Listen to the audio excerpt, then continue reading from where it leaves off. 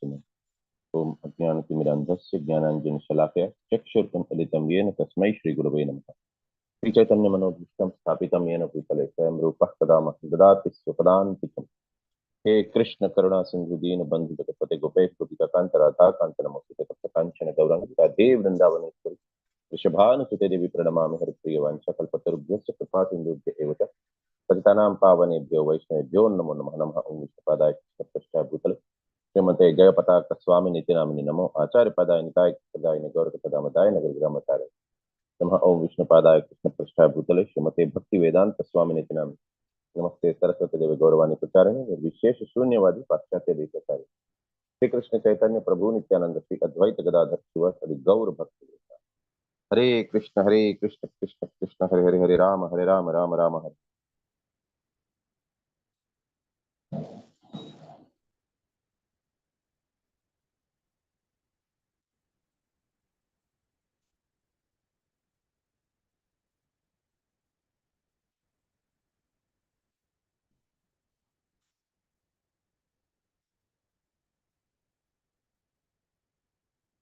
ఎవరైనా దయచేసి జయరాధా మాధవ కీర్తన పాడండి. हरे कृष्ण प्रभु जी जय जगत। हरे कृष्ण।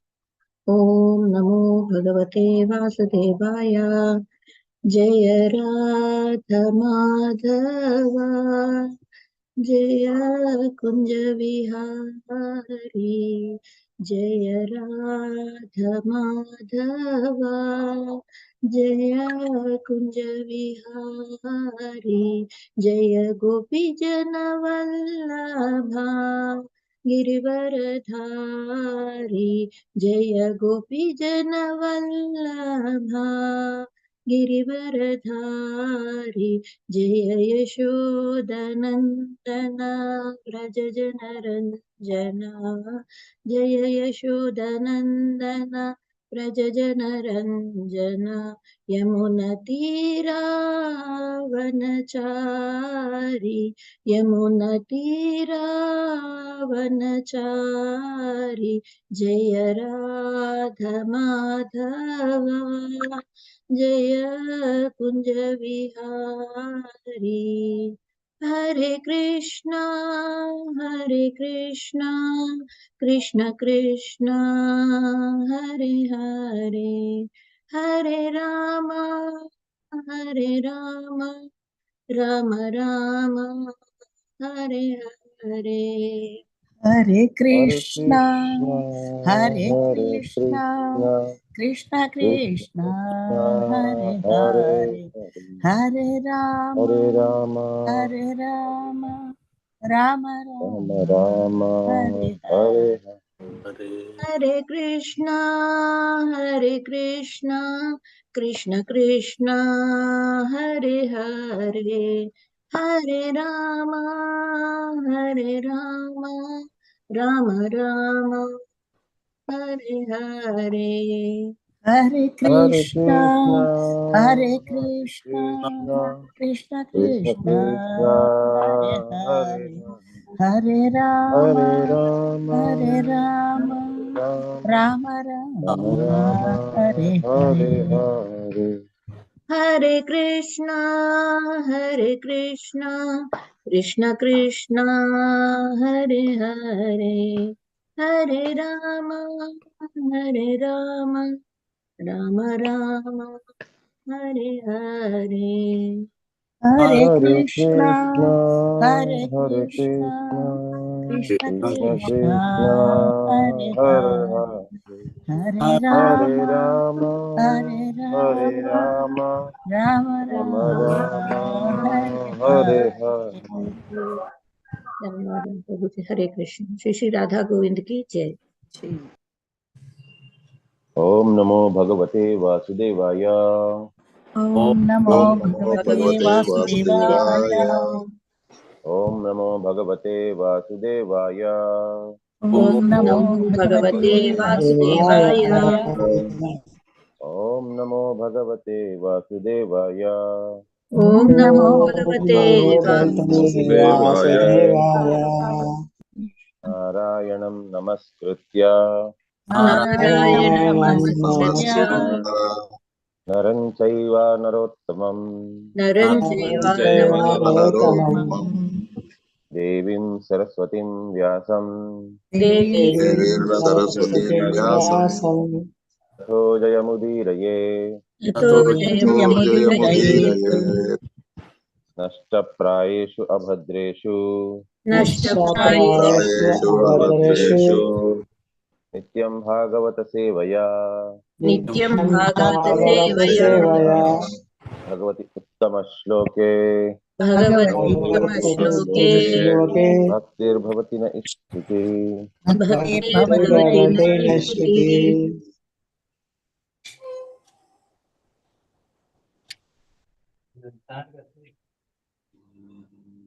మూడవ స్కందం 21వ అధ్యాయం 14వ శ్లోకం. మీరు ఎక్కడి దాకా అయింది చదివేది? 18th అయిపోయింది కదా ప్రభుజీ. 18th శ్లోక అయిపోయింది ప్రభుజీ. మూడవ అధ్యాయం 3వ స్కందం 21వ అధ్యాయం 14వ శ్లోకం. ఏ మాయయాతి హతమేధ సత్వత్ పాదారవింద భవ సింధుపోతం ఉపాసతే కామలవాయతేషాం రాశీష come on నిరయేపి స్యుః. Translation: Your lotus feet are the true vessel to take one across the ocean of mundane misery. Only persons deprived of their intelligence by the spell of the deluding energy will worship those feet with a view to attain a trivial and momentary pleasure of senses, which even persons rotting in hell can attain. However, O my Lord, you are so kind that you bestow mercy even upon them. Purport by Srila Prabhupada, Jai Srila Prabhupada. As stated in Bhagavad Gita 7th chapter, there are two kinds of devotees: those who desire material pleasure and those who desire nothing but the service of the Lord. Material pleasures can be attained even by hogs and dogs, whose condition of life is hellish. The hog also eats, sleeps, and enjoys sex life to the full extent, and it also very satisfied with such hellish enjoyment of material existence. So, ఇది lower జీవరాశుల గురించి చెప్తున్నారు. So మానవులకి ఇతర జీవరాశులకి మధ్యన తేడా ఏంటి అని అంటే, వారికి భక్తి కోసమని వారు ఆలోచించగలరు. అథాతో బ్రహ్మ జిజ్ఞాస అనేది ఉన్నది వారికి. వేరే ఎనిమల్స్ కి, జంతువులకు అది లేదు. ఒకవేళ మనిషి గాని ఈటింగ్, స్లీపింగ్, మీటింగ్, డిపెండింగ్, ఆహార, నిద్ర, భయ, మైథున్యం, ఈ 4 మాత్రమే చేస్తున్నాడు అని అంటే అతను కేవలం జంతువే. అతను మనిషి అయితే కాదు. మనిషి అవ్వాలి అని అంటే ప్రమోషన్ కావాలి. 16 మాలలు నిత్యం రోజు చేయాలి. చేస్తే గాని వారు మనిషి కాలేరు. Modern yogis advise that because one has senses, one must enjoy the fullest extent like cats and dogs. Yet one can go on and practice yoga.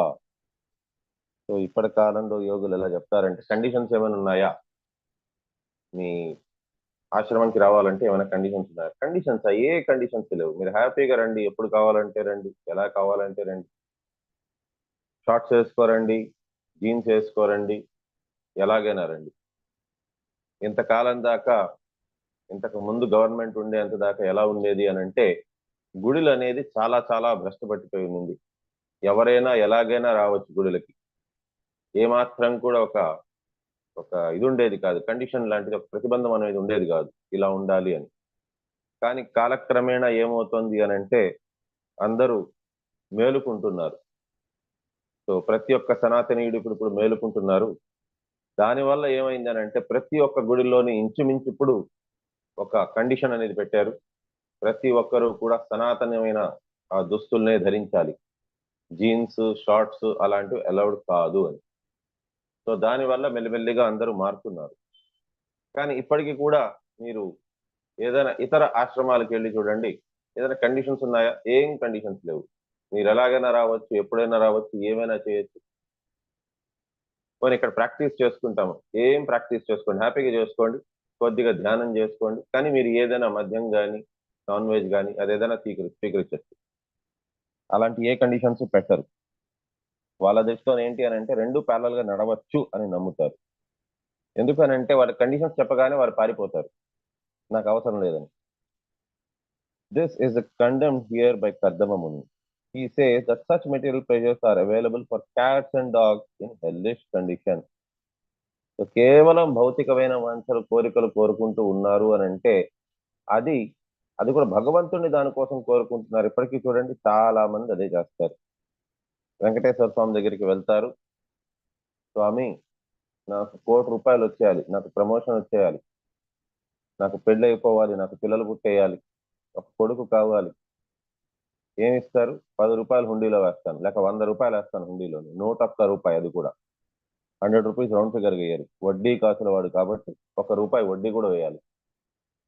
ఈ రకంగా వేసినంత మాత్రాన భౌతికమైన కోరికల కోసమనే వారు వెళ్తారు చాలా మంది, అంతేగాని ఆధ్యాత్మిక కోరిక కోసం కాదు.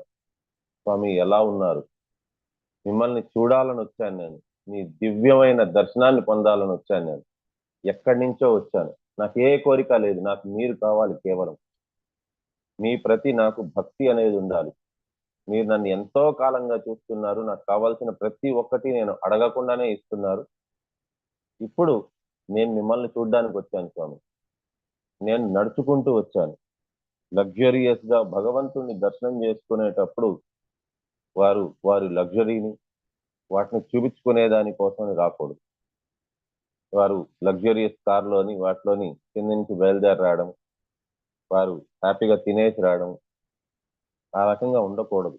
లేకపోయినా దుస్తులు కూడా, లేక ఆభరణాలు అవన్నీ ధరించుకొని రాకూడదు. దుస్తులు కూడా బాగా ఆర్భాటమైన దుస్తులు అలాంటివి వేసుకొని రాకూడదు. ఆడంబరంగా రాకూడదు. పువ్వులు వేసుకొని రాకూడదు ఆడవాళ్ళు. పప్పులోని పువ్వులు పెట్టుకొని ఆ రకంగా రాకూడదు. ఎందుకంటే తిరుమల క్షేత్రంలో నుండే, తిరుమల అనే కాదు, ఏ దైవీ దర్శనం జరిగే క్షేత్రంలోనైనా సరే కూడా ఆ పువ్వులు యాక్చువల్ గా చెప్పాలి అని అంటే సమస్త లోకంలోని పువ్వులు భగవంతుడికి సంబంధించినవి. అది భగవంతుడి కోసం మాత్రమే వేయాలి. భగవంతుడికి వేసిన తర్వాత దాన్ని ప్రసాదంలాగా మీరు వేసుకోరండి, తప్పేమీ కాదు. కానీ ముందు భగవంతుడికే పెట్టాలి ఆ పువ్వు. సో ఈ రకంగా భగవంతుడి ముందు వచ్చేటప్పుడు మాత్రం నిరాడంబరంగా రావాలి. అండ్ భగవంతుడికి ప్రతిసారి దర్శనానికి వెళ్ళేటప్పుడు కొంతమందిని దర్శనానికి వెళ్ళేటప్పుడు, లైక్ ఫర్ ఎగ్జాంపుల్ గర్భిణీ స్త్రీ కానీ, చిన్నపిల్లలు కానీ, గురువు దగ్గర కానీ, రాజు దగ్గర కానీ, దేవుడి గుడికి కానీ, ఆలయానికి, అటువంటి వాటికి వెళ్ళేటప్పుడు ఎప్పుడూ కూడా ఖాళీ చేతులతో వెళ్ళకూడదు. ఏదో ఒకటి వారి కోసం తీసుకెళ్ళాలి. సో ఈ రకంగా భగవంతుడి కోసం ఏదో ఒకటి. ఇంకొకటి, చాలా మంది ఇప్పుడు తిరుమల కొండకైతే వారు ధనం దానం చేసేస్తారు, ఎందుకంటే వారికి చాలా ఈజీ అది. అదే ఇంకేదైనా గుడికి కానీ లేకపోయిందా ఎక్కడికైనా వెళ్ళినట్లయితే వాళ్ళు ఏం చేస్తారంటే అక్కడ ఏదో ఒక షాప్ లోని మిఠాయిలు కొనుక్కుంటారు. మిఠాయిలు కొనుక్కొని దాన్నే నైవేద్యం పెట్టేస్తారు. భగవంతుడు కూడా ఆ రకంగా మన కోసం చేస్తే మన చుట్టుపక్కల ఏదైతే ఉన్నాయో అవి మాత్రమే భగవంతుడు మనకి ఇచ్చేసి, సరే ఇగో పక్కింటి వాళ్ళకి ఇచ్చాను, నీకు కూడా అదే ఇస్తున్నాను, చాలే, నువ్వు అడిగినంతా నేను ఇవ్వలేను అని అంటే భగవంతుడు అంటే చాలా చులకనైపోతుంది. వాళ్ళ దగ్గర ధనం ఉన్నదనే మదంతో అని అక్కడ ఏది దొరుకుతుందో అది కొనుక్కొని వెళ్ళిపోతారు, దాన్ని నైవేద్యం పెడతారు. యాక్చువల్ గా ప్రతి ఒక్క గుడిలోని ఏదో ఒకటి స్పెషాలిటీ ఉంటుంది. అది కావాలంటే నైవేద్యం పెట్టినటివి, భోగం పెట్టినటివి, భగవంతుడికి ప్రసాదం ఏదైతే ఉంటుందో దాన్ని కావాలంటే కొనుక్కోండి, మీకోసం కొనుక్కోండి. కానీ భగవంతుడికి ఏదైనా మీరు భోగం పెట్టాలి అని అనుకునేటప్పుడు అలాంటివి అక్కడికక్కడే కొనుక్కొని పెట్టే వాటి కంటే కూడా మీరే ఇంట్లో నుంచి ఏదైనా వండి తీసుకెళ్తే అది ఉత్తమంగా ఉంటుంది. వారు వండేటప్పుడు ఏ చేతులతో వండి ఉంటారో దాన్ని వారు కూడా కొంత టేస్ట్ చేసి ఉండొచ్చేమో కూడా. ఎందుకనంటే టేస్ట్ బాగాలేదు అని అంటే కొనకపోవచ్చు వారు భక్తులు. చెప్పలేం మనం, వాళ్ళు అలా చేస్తారు అని కాదు, కాకపోతే ఎందుకు వచ్చింది. అందుకోసం ఇంట్లోనే హ్యాపీగా మీరు వండుకొని భగవంతుడి కోసం తీసుకెళ్ళండి, భగవంతుడికి నైవేద్యం పెట్టండి. అది భగవంతుడికి మీరు మీ ఊరు నుంచి, మీ ఇంటి నుంచి మీరు తయారు చేసుకొని పట్టుకెళ్ళినటిది అది భగవంతుడికి భోగం పెడితే భగవంతుడు కూడా దాన్ని స్వీకరిస్తారు. సో ఈ రకంగా దాన్ని పట్టుకెళ్తే భగవంతుడు ఎందుకు స్వీకరిస్తారు? సో అందుకోసమని భక్తితోని మనం ఏదైనా చేయగలిస్తే భగవంతుడు దాన్ని స్వీకరిస్తారు. అంతేగాని ఏదో కోరికతోని మనం వెళ్ళామనంటే ఇక్కడ కర్దముని చెప్తున్నారు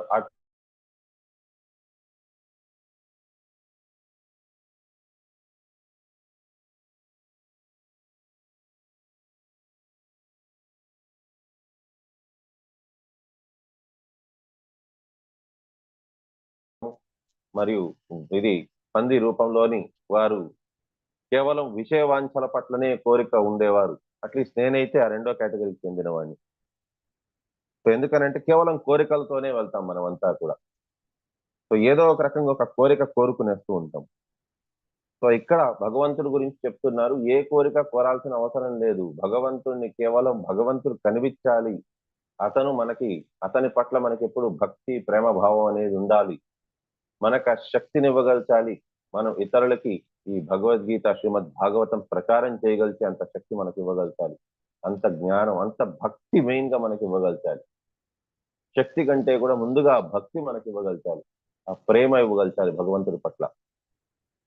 సో దట్ నాకు నేను అర్థం చేసుకోగలచాలి, నాకు అతని ప్రత్త నాకు అనన్యమైన భక్తి నాకు కలగగలచాలి. ఆ అనన్యమైన భక్తి భావంతోని నేను నా గురువు గారిని తలుచుకొని అతన్నే నేను ప్రతి విషయంలోని నేను ఆ భగవంతుడిని నా గురువుని నేను ఆశ్రయపడేలాగా నేను చేయగలిగాలి భగవంతుడు.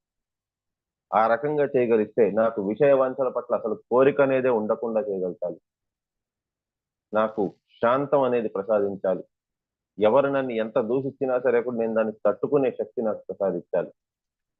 ఇది కోరుకోగలిస్తే కోరుకోవాలి. విషయ వాంఛల పట్ల కోరికలు అనేది అందరూ కోరుకుంటూ ఉంటారు. ఇక్కడ కర్దముని కూడా దాన్ని సరైన పద్ధతి కాదు అని అంటున్నారు. The Lord is so kind that if so-called yogis are satisfied by hellish pleasures, they can give them facilities to attain all the material pleasures they desire, but they cannot attain the perfection stage attained by Kardamamuni. So కామ్య కర్మలతో పాటు ఇది నిండి ఉన్న కర్మీలు, జ్ఞానీలు, యోగీలు, ఇతర యోగీలు వారేంటి అని అంటే విషయ వాంఛల గురించి కోరుకున్నారు అని అంటే వారికి అది కూడా ప్రసాదించేస్తారు. సరే తీసుకో, నీకేది కావాలో తీసుకొని కానీ భగవంతుడి దర్శనం కోసం అనేసని మాత్రం భగవంతుడు ఇన్ఫాక్ట్ అటువంటివి చాలా ఈజీగా ఇచ్చేస్తారు. ఇతరులు ఏదైనా అడిగితే మాత్రం అది వారి మిగతా దూతల ద్వారా అంటే మిగతా దేవీ దేవతల ద్వారా అది పూర్తి చేయించేస్తారు. అందుకోసమే మీరు కొండ మీద కూడా చూడండి, వెంకటేశ్వర స్వామి దర్శనం చేసుకునే దానికోసమని క్యూ కట్టిన తర్వాత అంతే క్యూ మళ్ళీ ఎక్కడ ఉంటుందని అంటే లక్ష్మీదేవి దగ్గర. ఆ హుండీ దగ్గర లక్ష్మీదేవి కొద్దిగా ఎత్తులో ఉంటారు. ఇప్పుడైనా సరే కూడా అక్కడ ఒక హుండీ పెట్టేశారు. ఇంతకు ముందు ఏమంటే అక్కడ చాలా ఎత్తులో ఉండేవారు కాబట్టి అందరూ కూడా అక్కడ ఒక రూపాయి బిళ్ళని పెట్టి లక్ష్మీదేవి పాదాల దగ్గర మళ్ళీ దాన్ని తీసుకొని వాళ్ళ పర్సులో పెట్టుకోవాలి. ఎందుకనంటే ఆ రూపాయి బిళ్ళ ఏదైతే లక్ష్మీదేవి పాదాల దగ్గర పెట్టారో అది పిల్లల్ని కంటుంది. అక్కడ ఆ రూపాయి కాస్త 1 కోటి రూపాయలు అవుతుందనే నమ్మకం వాళ్ళకి. సో చేతులు అందినా అందకపోయినా ఏదో ఒక రకంగా లక్ష్మీదేవి పాదాలను మాత్రం పట్టుకునేస్తారు. అదే పట్టుదల, అదే కోరిక గాని భగవంతుని పొందేదాని కోసం ఉంటే మనకి లక్ష్మీదేవి సహజంగానే వచ్చేస్తారు. ఎందుకనంటే ఎక్కడైతే నారాయణుడు ఉంటారో అక్కడ లక్ష్మీదేవి ఉంటారు కంపల్సరీగా. Hellish and demoniac persons do not actually know what is the ultimate attainment in perfection, and therefore they think that sense gratification is the highest goal of life. So demoniac persons అంటే అసురులు. So చింతాం అపరిమేయం చ ప్రళయాంతం, ఏంటి శ్లోకం, ప్రళయాంతం దాకా కామోపభోగార్థం అది ఉండాలి అనేసని అది అసురులు అనుకుంటారు. వారి జీవిత ధ్యేయమే అది. వారి జీవితంలోని పరమ ఉద్దేశం దేని పెట్టుకుంటారు అని అంటే వారికి సుఖం, శారీరక సుఖము, వారి ఇంద్రియ తృప్తి అనేది కావాలి అనేది వారి యొక్క పరమ ధ్యేయం. They advise that one can satisfy the senses and at the same time by reciting some mantra they and by some practice can chiefly aspire for perfection. So ఇదం మయా ధనం లబ్ధం ఇదం ప్రాప్య మనోరథం. సో వారేమంటే ధనం వారి దగ్గర ఉన్నది, వారు దానితోని వారు ఏదైతే పాపాలు సంచయించుకున్నారో వారు ఆ ధనంతోని వారి పాపాలని వారు పోగొట్టుకోగలరు. ఏ రకంగా? ఎవరికో ఒకరికి కొంత దానం ఇచ్చేస్తారు అడుక్కునే వాళ్ళకి. ఈ రకంగా వారి పాపాలు తొలగిపోతాయి. అండ్ ఏదో కొన్ని పూజలు పునస్కారాలు చేయించేస్తారు. ఒక చాలా చాలా బేరం ఆడి ఒక బ్రాహ్మణుడితోని, ఎందుకయ్యా నీకంత ఎందుకు, చిన్న పూజే కదా, దానికి ఇంతే తీసుకో చాలు, అంతే, దీనికంటే ఎక్కువ ఇవ్వము, ఆ రకంగా చెప్పుకొని మళ్ళీ దాంట్లోని షార్ట్ కట్స్ లోని చేయమని చెప్పి, అందుకోసమే పూజారులు కూడా వాళ్ళకి తగినట్టుగానే ఇంకేం చేస్తారు, వారికి కూడా బ్రతికే దానికోసం సంభావన అనేది కావాలి కాబట్టి వీరు చెప్పినట్టుగానే ఏదో ఒక రకంగా చేయించేస్తారు పూజలు కూడా. సో వారేమనుకుంటారంటే ఈ రకంగా పూజారి ద్వారా విగ్రహానికి అందంగా వారు అలంకరించేసి వారు ఏదో 4 మంత్రాలు ఉచ్చరించేసిన దానివల్ల, ఆ ప్రసాదం తినేసిన దానివల్ల అయిపోయింది, సర్వ పాపాలు నాశనం అయిపోయిందని అనుకుంటారు. వారు కొత్తగా ఫ్రెష్ గా పాపాలు ఇంకా చేయొచ్చు అనే భావన వారికి వచ్చేస్తుంది. సో ఈ రకంగా వారేమనుకుంటారంటే ఇది అయిపోయిన తర్వాత వారు నెక్స్ట్ స్వర్గలోకానికి వెళ్తారు, ఆ స్వర్గలోకంలో వారు అనుభవించబోతారు అని. కానీ ఫస్ట్ ఆఫ్ ఆల్ వారికి తెలియదు, వారు పూజలు చేయించకపోయినా పర్వాలేదు కానీ ఆ పూజారులకు సంభావన అనేది సరిగ్గా ఇవ్వకపోతే మాత్రం నరకం తప్పదు. ఎందుకు అనంటే ఆ పూజారులు కూడా ఉరికనే చేయటం లేదు, వారు శ్రమ పడుతున్నారు. అండ్ ఒక బ్రాహ్మణుడికి వారికి ఇవ్వవలసిన సంభావన ఇవ్వకుండా మనం ఆల్రెడీ 17వ అధ్యాయంలో చూసాము. ఎక్కడైతే 17 కాదు, ఐ థింక్ శ్రద్ధాత్రయ విభాగ యోగం, ఎక్కడైతే సంభావన అనేది ఇవ్వరో పూజారులకి, ఎక్కడైతే వారికి ఇది విలువ అనేది ఉండదో, ఆ రకంగా చేసే పూజలు, నమ్మకం లేకుండా చేసే పూజలు, అది విఫలము. అటువంటివి సరైన పద్ధతి కాదు, అది పూజలాగా అది ఆమోదించబడలేదు అది. సో ఈ రకంగా పూజారులకి ధనం వారికి, వారి సంభావన వారికి అడిగినంతగా, వారు శ్రమ పడినంతగానే వారు అడుగుతారు. వాళ్ళకి ఏమీ ఆశలు లేవు, కోట్లు ఆ రకంగా అడగరు. మీరు ఒకవేళ చేయించుకోవాలనుకుంటే ఆ పూజారి దగ్గర చేయించుకోండి, లేదనంటే వద్దు. అంతేగాని బేరమాడి, వారు బేరమాడినా సరే కూడా ఎందుకు వస్తారు అని అంటే వారికి బ్రతుకు తీరు కోసం అని, వారికి ఏదో 4 మెతుకులు ఇంట్లో కావాలి అనే ఉద్దేశంతో వారు తప్పదని చెప్పని వస్తారు ఆ బ్రాహ్మణులు. సో ఫస్ట్ ఆఫ్ ఆల్ ఇవాళ కాలంలోని బ్రాహ్మణులు ఎవరికి కూడా మంత్రాలు ఆ రకంగా పూర్తిగా రావు. వచ్చినా సరే కూడా వారికి ఈ రకంగా బేరం ఆడిన దానివల్ల, అండ్ వాళ్ళు చూసేది ఏంటి అని అంటే వారికి ఎలాగో మంత్రాలు రావు, ఎవరైతే పూజారిని పెట్టుకుంటారో వాళ్ళకి ఎలాగో మంత్రాలు రావు, వీరు ఏది చదివినా సరే కూడా వినేస్తారు. కానీ అలంకరణ మాత్రం బాగా చేయాలి, ఎందుకనంటే చుట్టుపక్కల వాళ్ళందరూ వస్తారు చూస్తారు కాబట్టి అలంకరణ బాగుండాలి, ప్రసాదం మాత్రం అత్యద్భుతంగా ఉండాలి. సో ఈ రకంగా ప్రసాదాన్ని వారందరికీ పంచుకోగలచాలి. అండ్ వీరికి యజమాని ఎవరైతే పూజలు చేయిస్తారో వారిని మధ్య మధ్యలో మెచ్చుకుంటూ ఉండాలి, అబ్బా ఎంత బాగా చేయిస్తున్నారు మీరు పూజ అని చెప్పని. అది కూడా ఎవరి ముందు అని అంటే చుట్టుపక్కల వాళ్ళందరూ ఎప్పుడైతే వస్తారో వారందరి ముందు వారిని మెచ్చుకుంటూ ఉండాలి. అప్పుడు వారికి కూడా నచ్చుతుంది, అప్పుడు వారు బేరం ఎక్కువగా ఆడరు. సో ఈ రకంగా బేరం ఆడుతూ చేయించిన దాని వల్ల వారికి ఫలితం అయితే ఖచ్చితంగా దక్కదు. అండ్ అసురులు ఏమనుకుంటారంటే ఈ రకంగా పోని బాగా చేయించినా సరే కూడా పూజ వారు చేసిన పాపాలన్నీ తొలగిపోతాయి అని అనుకుంటారు. అది అస్సలు కానే కాదు. ఇదంతా కూడా ఏంటి అని అంటే కేవలం బూటకం, జస్ట్ చూపించేదానికోసం, ప్రదర్శనాత్మకం ఇదంతా కూడా. కాబట్టి ఇదేది కూడా నిజమైన ఫలితాన్ని ఇవ్వదు.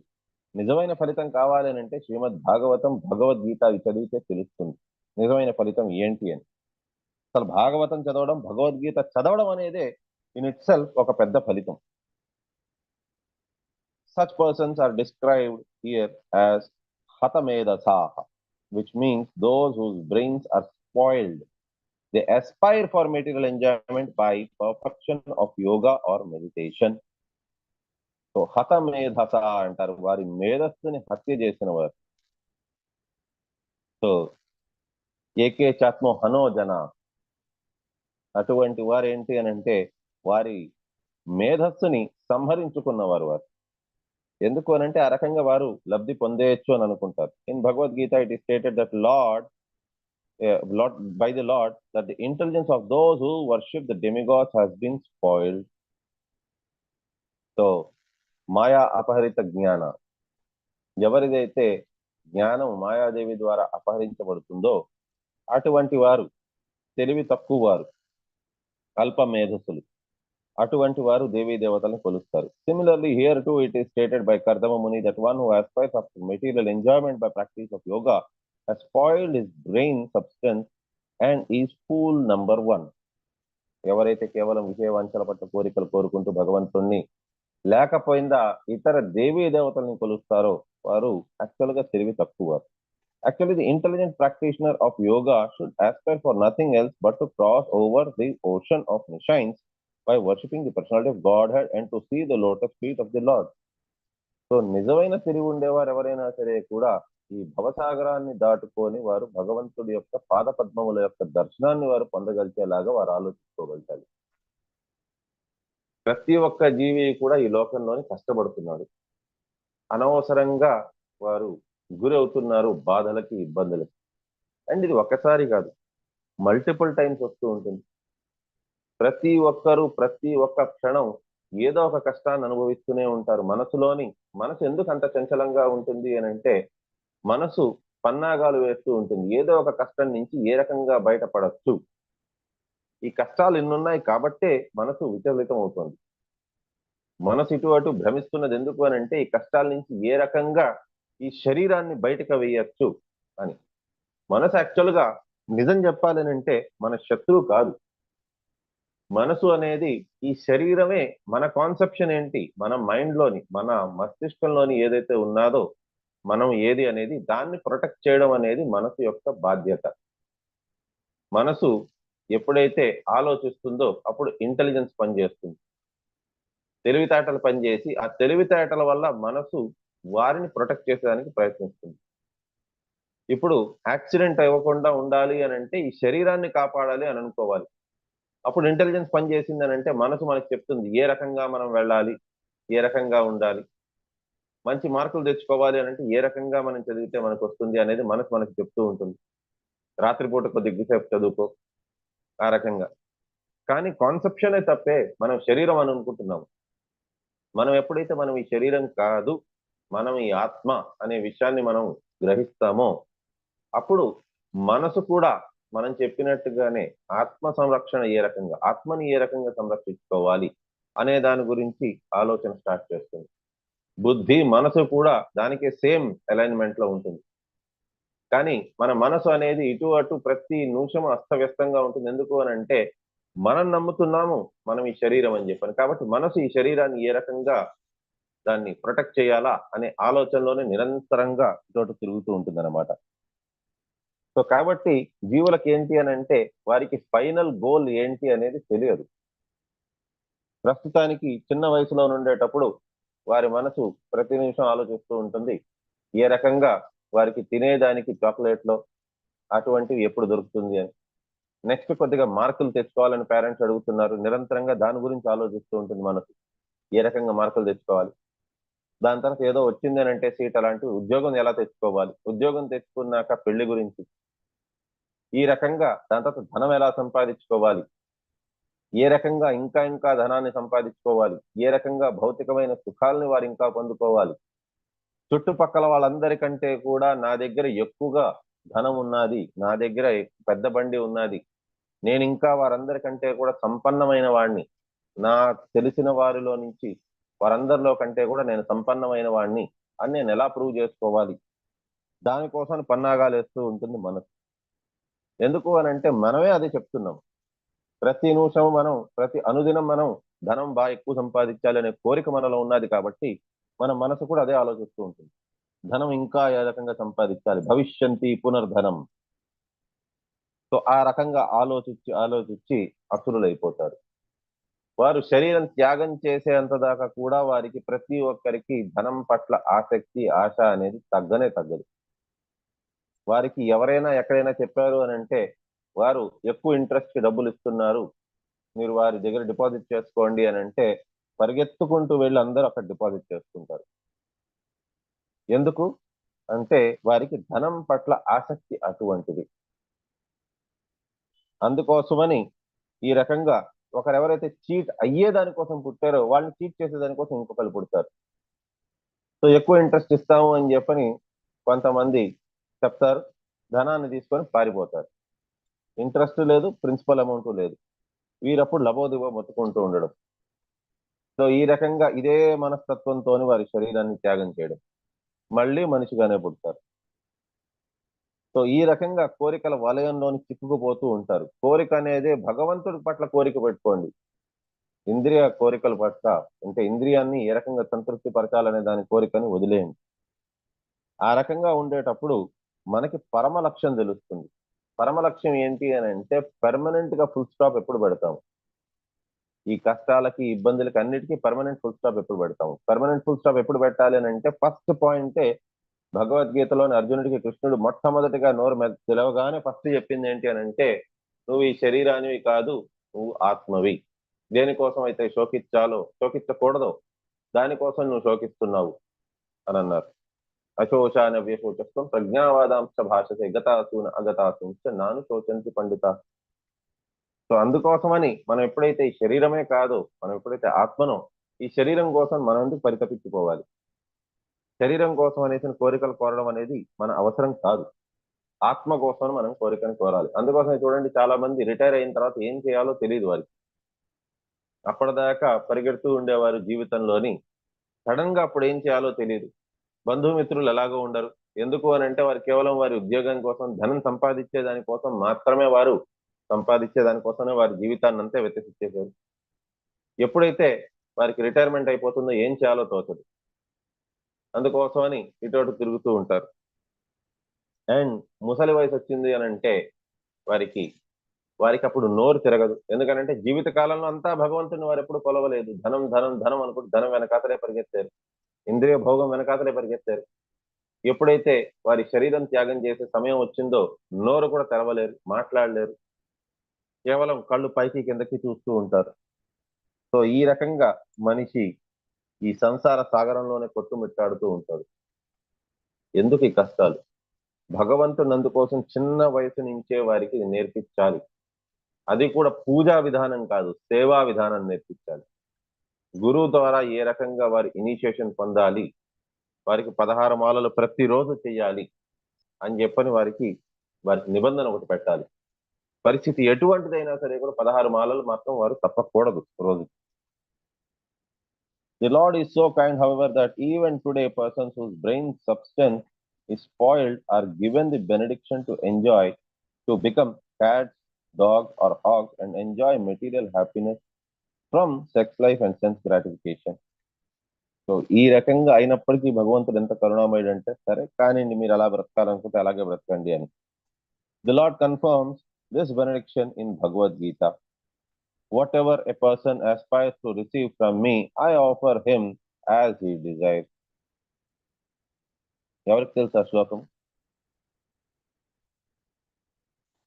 ఏ యధామాం ప్రపద్యంతే తాం సదైవ భజామ్యహం. మమ వర్త్మానువర్తి ఏ యధామాం ప్రపద్యంతే తాం సదైవ భజామ్యహం మమ వర్త్మానువర్తంతే మనుష్యా పార్థ సర్వదా.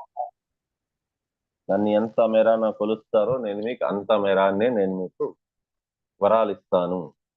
మీరు ఒకవేళ నా దగ్గరికి వచ్చి హే కృష్ణ కరుణా సింధు దీన బంధు జగత్పతే గోపేశ గోపికా కాంత రాధా కాంత నమస్తే స్వామి, నాకు మీరే కావాలి, నాకు ఇంకెవ్వరు వద్దు అని అన్నారు అని అంటే వారికి వారి జీవితం యొక్క పరమ లక్ష్యం కృష్ణుడే వచ్చేస్తారు. ఎవరైనా స్వామి నాకు కొద్దిగా ధనం ఇవ్వండి, ఆర్థో అర్థార్థి జిజ్ఞాసు జ్ఞాని. ఆర్థో ఎవరైతే ధనం కోసం వచ్చారో వారికి ధనం ఇస్తారు. ఆర్థో అంటే కష్టాల కోసం అని నా కష్టాలను తొలగించండి అని అంటే వారికి కష్టాలు తొలగిస్తారు. అర్థార్థి అంటే ధనం కాంక్షించుకొని వచ్చారంటే ధనం ఇస్తారు. జిజ్ఞాసు తెలుసుకోవాలని వచ్చారు అని అంటే వారికి తెలియజేసేలాగా చేస్తారు. జ్ఞాని ఎవరైతే భగవంతుడి గురించి సర్వము తెలుసుకొని దేవాది దేవుడు కృష్ణుడు ఎవరు ఇంతకి అనేది ఆ జ్ఞానం శ్రీమద్ భగవద్గీత శ్రీమద్ భాగవతం ద్వారా వారు తెలుసుకొని, అప్పుడు లేక గురువు యొక్క మెర్సీ ద్వారా తెలుసుకుని వారు భగవంతుడి దగ్గరికి వచ్చారు అని అంటే వారికి మాత్రమే భగవంతుడు సంపూర్ణమైన పరమ ఉద్దేశాన్ని భగవంతుడు వారికి అందజేస్తారు. కాబట్టి ఇది మనకి భగవద్గీతలో చెప్తున్నారు.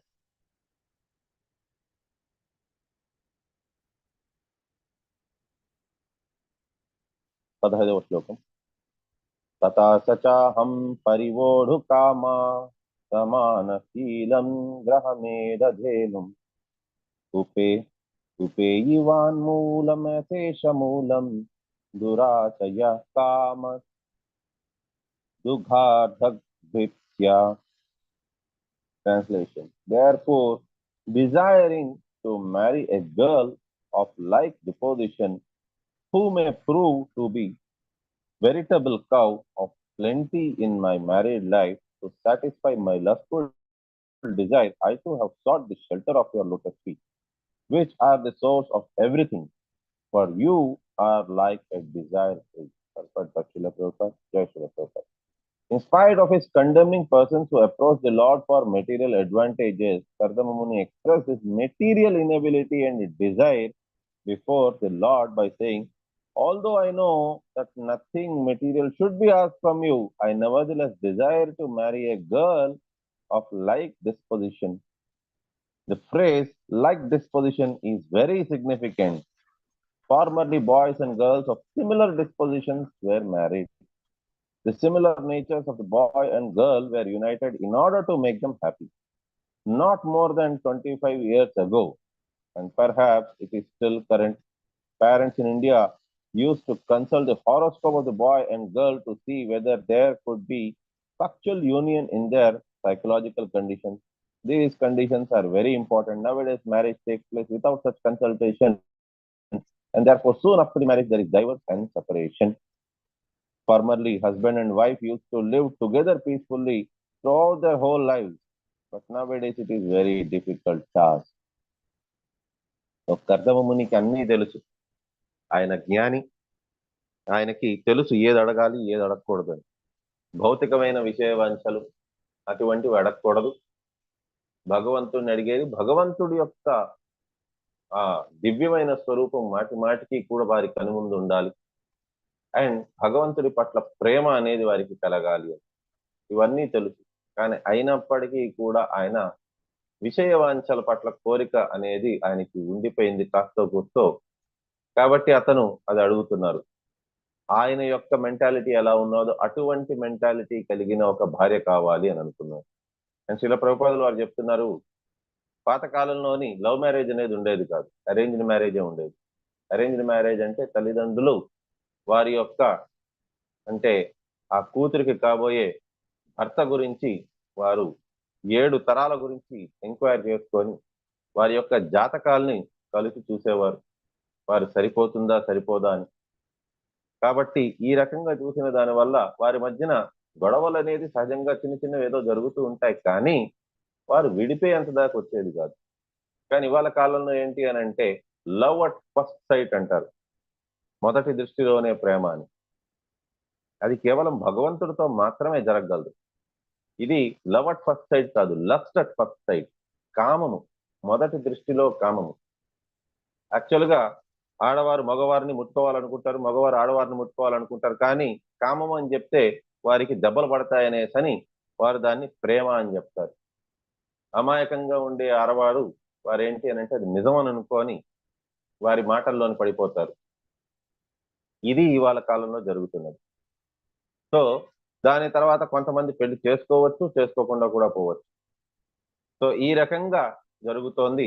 దానివల్ల ఏమవుతుంది అని అంటే ప్రతి ఒక్కరూ కూడా అందులోని వారి ఇండివిజువాలిటీ, వారు ఎంత గొప్పవారు, వారు ఏదైనా కావాలనుకుంటే వారు సంపాదించగలరు, వారి ధనాన్ని వారే సంపాదించుకోగలరు అనేసని ప్రతి ఒక్కరికి కూడా ఆ భావన వచ్చిన దానివల్ల. కాబట్టి వారు ఇండిపెండెంట్. సో ప్రతి ఒక్కరికి కూడా నేర్పించేది ఏంటి అని అంటే ఇండిపెండెంట్ గా ఉండడం. ఎవరి మీద కూడా మనం ఆశ్రయపడకూడదు.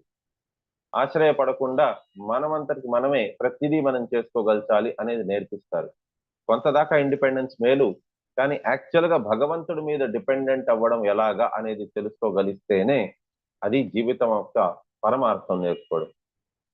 ఇవాళ కాలంలో ఇండిపెండెంట్ అవ్వడం ఎలా అనేది నేర్పించిన దానివల్ల భర్త ఏదైనా అన్నారు అని అంటే కొద్దిగా భార్య వెంటనే ఇల్లు వదిలి వెళ్ళిపోవడం. ఎందుకనంటే నేను ఇండిపెండెంట్, నా ధనాన్ని నేనే సంపాదించుకోగలను, నేను ఇంకా భర్త మీద డిపెండెంట్ అవ్వాల్సిన అవసరం లేదు. అదే రకంగా భర్త కూడా ఏంటి అని అంటే భార్యని ఎలాగ ట్రీట్ చేయాలి అనేది కూడా నేర్చుకోవాలి. పెళ్లి కాకముందు భార్యతోని ఎలా ఉండాలి, భార్యకి గౌరవం అనేది ఇవ్వాలి. ఎందుకనంటే వారు ఎవరో వాళ్ళ తల్లిదండ్రులందరినీ కూడా విడిచిపెట్టి ఇక్కడ భర్తతో పాటు ఉండేదాని కోసం వచ్చింది. వాళ్ళ తల్లిదండ్రులు, వారి అక్కా చెల్లెళ్ళు అందరినీ విడిచిపెట్టుకొని ఇక్కడ దాకా వచ్చింది ఆమె. అలాంటప్పుడు ఆమెతో ఎలా బిహేవ్ చేయాలనేది కూడా ఇంట్లోని ఖచ్చితంగా నేర్పించాలి. అండ్ ఎప్పుడైతే ఆ ఇది వారి కోడలు వారి ఊరికి వచ్చినప్పుడు ఆమెకు ఒకవేళ వాళ్ళ సొంత తల్లిదండ్రులు వాళ్ళ ఇల్లు కూడా అదే ఊర్లో ఉన్నది అని అంటే ముందు వారి తల్లిదండ్రుల ఊరికి వాళ్ళ ఇంటికి పంపించడం అనేది పద్ధతి. ఇది తెలియకుండా చాలా మంది ఏంటంటే లేదు ముందు మా ఇంటికి రావాలి, ఇప్పుడు నువ్వు ఇంటి కోడలివి, మనిషి కూడా కదా, వాళ్ళ తల్లిదండ్రులతో ఒక్కసారితో ఎలా తెంపేసుకుంటారు బంధాన్ని. సో ఇవన్నీ కూడా కొడుకుకి అండ్ అందరికీ కూడా ముందు వారు కూడా ట్రైనింగ్ ఇస్తుండాలి. సో ఈ రకంగా ఉంటే ఏమవుతుంది అని అంటే వారికి మంచి రిలేషన్షిప్ తోని అన్యోన్య భావంతోని వారు ఎదుగుతారు, వారి లైఫ్ అనేది కూడా సెటిల్ అవుతుంది. సో ఈ రకంగా ఉన్నది అని అంటే అది కరెక్ట్ పద్ధతి. లవ్ మ్యారేజెస్ వాటి వల్ల ఏమవుతుంది అని అంటే వారి తల్లి తండ్రి గురించి ఎవరు పట్టించుకోరు, వారిద్దరు పరస్పరంగా ప్రేమించుకున్నారని అనుకుంటారు, దానివల్ల వారి తల్లిదండ్రులందరినీ వదిలేస్తారు. దానివల్ల ఏమవుతుంది అని అంటే వారికి కరెక్ట్ పద్ధతులు అవంతా కూడా నేర్పించేవారు ఇంట్లో ఉండరు. నేర్పించే పద్ధతులు అవేవి లేకపోయినప్పుడు పెద్దలు ఏమవుతుందనంటే సంస్కారాలు నేర్పించే వాళ్ళు ఉండరు. సంస్కారాలు నేర్పించేవారు లేకపోయేసరికి సంస్కార విహీనంగా పెరుగుతారు పిల్లలు. వాళ్ళకి కూడా సంస్కారం అనేది ఏంటి తెలుసుండదు. సో కాబట్టి వాళ్ళ పిల్లలకు వాళ్ళు ఏం నేర్పించగలరు? ఏమీ నేర్పించలేరు. సో కాబట్టి ఈ రకంగా సంస్కార విహీనంగా పెరిగిన వారు వర్ణ సంకరం కిందకే వస్తారు. సో కాబట్టి ఈ రకంగా వర్ణ సంకరమే ఉన్నది వాళ్ళ కాలంలో ఎక్కువగా. Kardamamuni wanted to have a wife of like disposition because a wife is necessary to assist in spiritual and material advancement. ఎవరైతే వారి ఇంద్రియాలని పూర్తిగా వారి వశంలో పెట్టుకోగలరో అటువంటి వారికి ఏది అవసరం లేదు. కానీ ఎవరైతే వారి ఇంద్రియాలని సంపూర్ణంగా వారి వశంలో పెట్టుకోలేకపోతున్నారో అటువంటి వారి కోసమని మనకి వేదాలలోని ఒక ఎగ్జంప్షన్ ఇచ్చారు. అదే మనకి వివాహము. వివాహం ద్వారా ఏంటి అని అంటే ఆ వ్యక్తి చెడు మార్గంలో వెళ్లకుండా తన ఇంద్రియాలని నియంత్రణ ఉండే రూపంలోని వారు దాన్ని కరెక్ట్ పద్ధతిలో దాన్ని ఉపయోగించుకోగలరు. ఈ రకంగా ఒకవేళ గాని వారికి వచ్చిన భార్య భక్తి మార్గంలో నుండే వారు ఉన్నారు అని అంటే వారి జీవితం చాలా చాలా బాగుపడిపోతుంది. సో ఒకసారి ఒక డివోటీ ఎవరో శ్రీల ప్రభుపాదులు వారిని అడిగారు, శ్రీల ప్రభుపాద్ ఒకవేళ భార్య మనకి అనుకూలంగా లేకపోతే అప్పుడు ఏంటి పరిస్థితి అని. శ్రీల ప్రభుపాదుల వారు దానికి ఆన్సర్ ఏమి ఇచ్చారనంటే ఒకవేళ నీ భార్య నీకు అనుకూలంగా ఉన్నది అని అంటే అతి త్వరగా మీరు భక్తి మార్గంలోని అగ్రసర్ అవుతారు, ముందుకెళ్తారు. అదే గాని మీకు మీ భార్య ఒకవేళ అనుకూలంగా భక్తి మార్గంలోని మిమ్మల్ని వెళ్ళేదానికి అనుకూలంగా లేదు, మీకు ఆటంకాలు కలిగించేలాగానే ఉన్నది, ఇబ్బంది కలిగిస్తున్నారు అని అంటే నువ్వు ఒక గొప్ప వైష్ణవుడు అయిపోతావయ్యా బాబు అని చెప్పని అన్నారంట శ్రీల ప్రభుపాదుల వారు. ఎందుకనంటే వారు అప్పుడు అన్ని కష్టాలు వారు చూసేసిన వారు అవుతారు. ఒక సర్కిల్ ఆఫ్ లైఫ్ పూర్తి అయిపోయినట్టు. అప్పుడు వారు భగవంతుడి మీద మాత్రమే డిపెండెంట్ అవుతారు. ఒక మంచి భక్తుడు అయ్యే అవకాశం ఉన్నది. సో కాబట్టి ఏదైనా పరిస్థితి కానివ్వండి భక్తి అనేది మాత్రం విడిచిపెట్టకూడదు. ఎందుకు అనంటే అది వారికే కాదు వారి కుటుంబ సభ్యులకి. మనకి 7వ స్కందంలో మనం చూడబోతాము ప్రహ్లాద్ మహారాజు 14 వంశాల వారిని వారు ఉద్ధరించిన వారు అవుతారు భక్తి చేసుకున్నారు అనంటే. So it is said that wife yields the fulfillment of all desires in religion, economic development and sense gratification. ధర్మ అర్థ కామములోని భార్య సహకరించినప్పుడు వారు ముందుకి వెళ్ళే అవకాశం ఉంది. If one has a nice wife, he is to be considered a most fortunate man. ఒక ధర్మబద్ధమైన భార్య ఎవరికైతే ఉన్నారో వారు చాలా అదృష్టవంతులు. In astrology, a man is considered fortunate who has great wealth, very good sons or a very good wife. So astrology ప్రకారంగా కూడా చెప్పున్నారు, ధనం బాగా ఉన్నా లేకపోయినా మంచి సుపుత్రులు ఉన్నా లేకపోయినా మంచి భార్య ఉన్నా కూడా వారు చాలా అదృష్టవంతులు అంటారు. Of these three one who has very good wife is considered to be the most fortunate. So ఎవరికైతే మంచి ధర్మబద్ధమైన భార్య ఉన్నారో వారు ముగ్గురులో కంటే కూడా అతి ఉత్తములు అని అంటున్నారు. Before marrying one should select a wife of like disposition and not to be enamored by so-called beauty or these attractive features for sense gratification. So అందము, ఐశ్వర్యము అటువంటివి చూసే వాళ్ళతో పెళ్లి జరుగుతుంది, లేకపోతే ప్రఖ్యాత అటువంటివి మాత్రమే చూసి పెళ్లి జరుగుతుంది. అంతేగాని వారి మనస్తత్వం కలుస్తుందా లేదా అనేది చూసుకోరు. In the Bhagavatam 12th canto, it is said that in Kali Yuga, the marriage will be based on the consideration of sex life. కలియుగంలోని 12వ స్కందంలోని కలియుగం గురించి వ్యాఖ్యానం ఇస్తున్నారు. దాంట్లో ఏంటి అని అంటే కేవలం పారస్పరికంగా వారు సంభోగం కోసమనే పెళ్లి అనేది కానీ లేకపోయిందా వారి ఎంపిక అవన్నీ కూడా దాన్ని బట్టే జరుగుతుంది. As soon as there is deficiency in sex life, the question of divorce will arise. So కలియుగంలో ఏంటి అని అంటే కేవలం శారీరక సంబంధంతో పాటే వారి పెళ్లి అనేది ఉంటుంది. శారీరక సంబంధం అనేది ఎప్పుడైతే వారికి తగ్గిపోతుందో వారు విడాకుల గురించి ఆలోచన వారిలో మొదలెడుతుంది. Kardama Muni could have asked his benediction from Uma, for it is recommended in the scriptures that if anyone wants a good wife, he should worship Uma. Umadevi అనగా పార్వతీదేవికి ఎవరైతే కొలుస్తారో, యాక్చువల్గా మనకి వేదాలలోని 99%, 96% కర్మకాండ గురించి ఇచ్చున్నారు.